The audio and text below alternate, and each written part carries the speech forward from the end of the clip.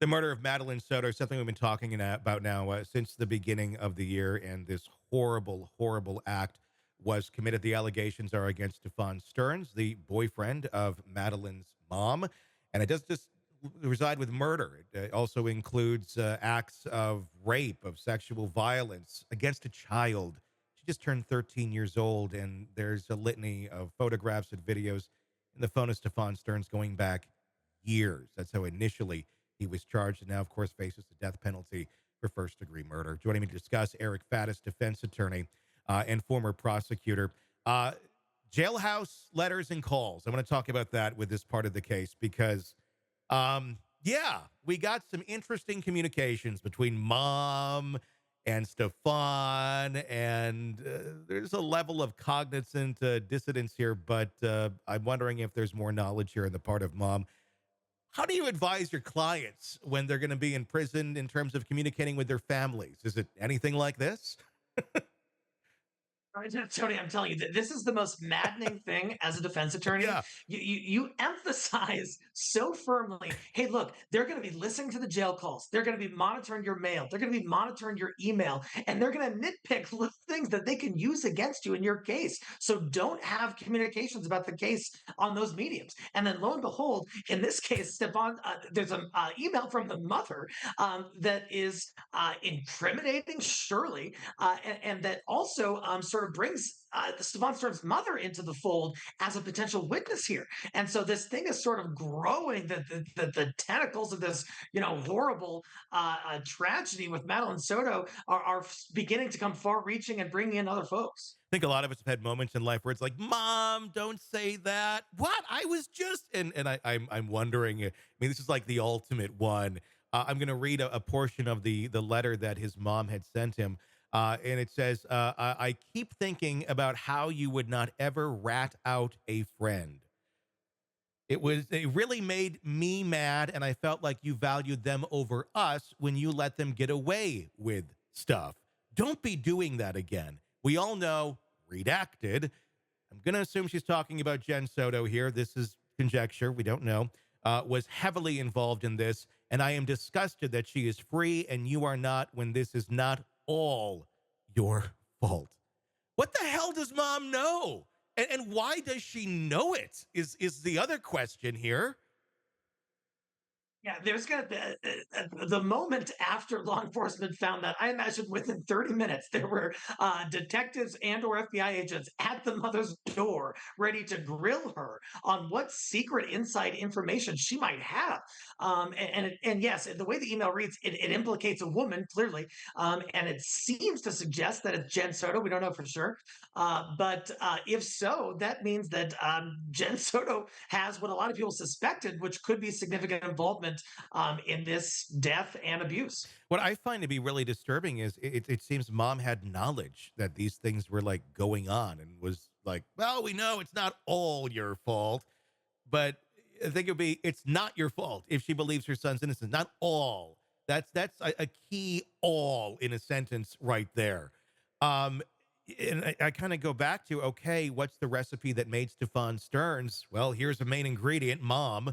And what the hell? I mean, could she be criminally implicated in some of this? Mom, if she had some sort of knowledge that her son, and this is just conjecture, or Jen Soto were involved in some sort of child pornography, clearly that was going on, or some sort of a sex trafficking ring or something. Granted, she did have her doors numbered in her house, which I also find really weird. Um, is mom knowledgeable about this? It's like, well, what does your son do for a living? He runs a sex ring with his girlfriend's daughter. She's just turning 13. Great birthday party, good cake. But, that's what they do on the weekend. I mean, what the hell? What the hell?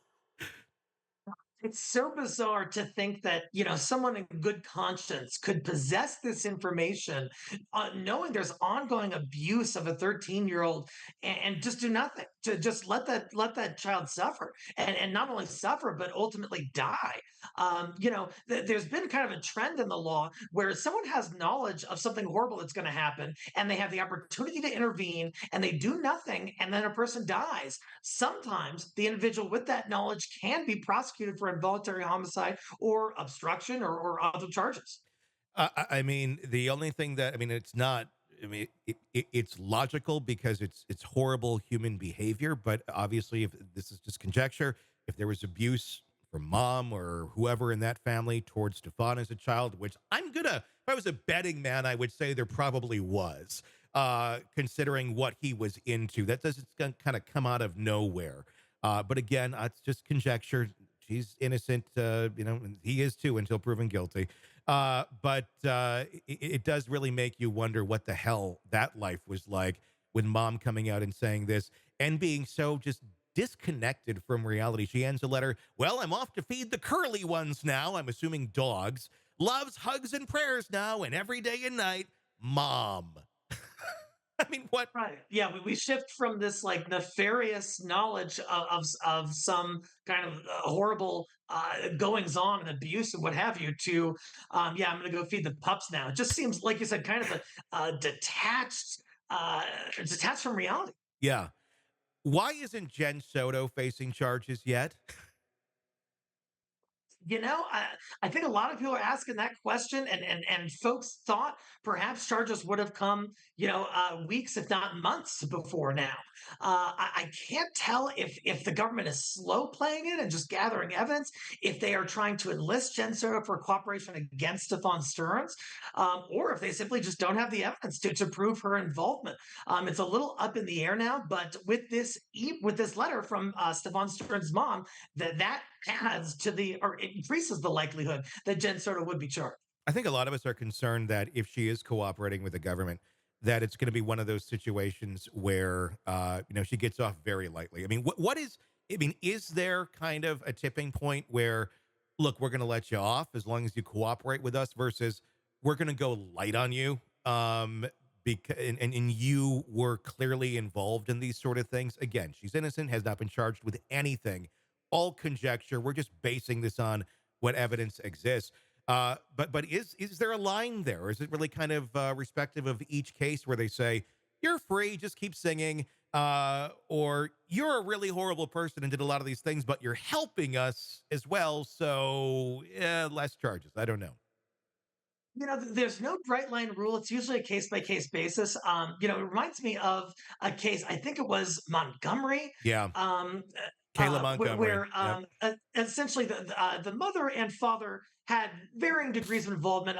It appears the father was significantly more involved, and so the mother cooperated with the government, testified against the father, and she got something like 12 months, 18 months Yeah, in prison for the death of it for being involved in the death of a child.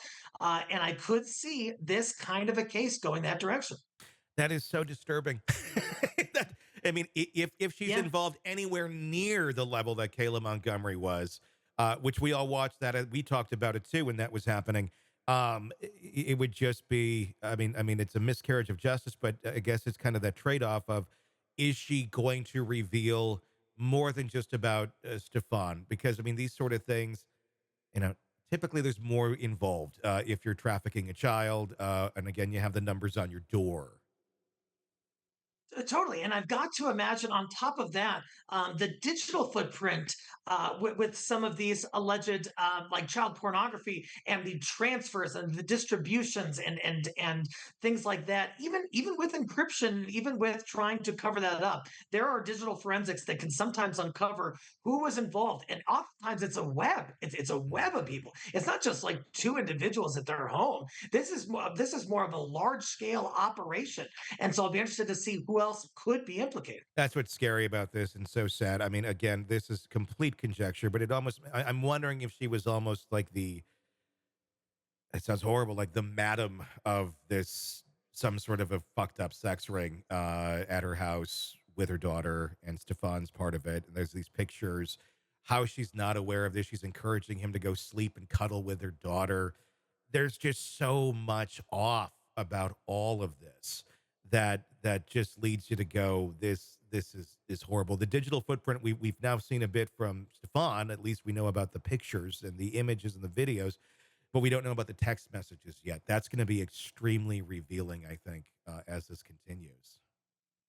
Oh, without question, I think that there'll be a lot of exchanges between Stefan and Jen Soto that are brought to light, and just kind of showing the greater involvement. Because, like you said, it just strains credulity to think that she didn't know what was going on in her own home. So when she's making statements like, "Hey, go sleep in the same bed as my 12-year-old daughter," and stuff like that, and the allegation that this was happening over the course of years. There is photographic evidence, there is video evidence, and to think that she just had her head in the sand the whole time and knew nothing, I don't buy it. Yeah, I don't either, and we'll have to see what happens as this just gets darker by the day.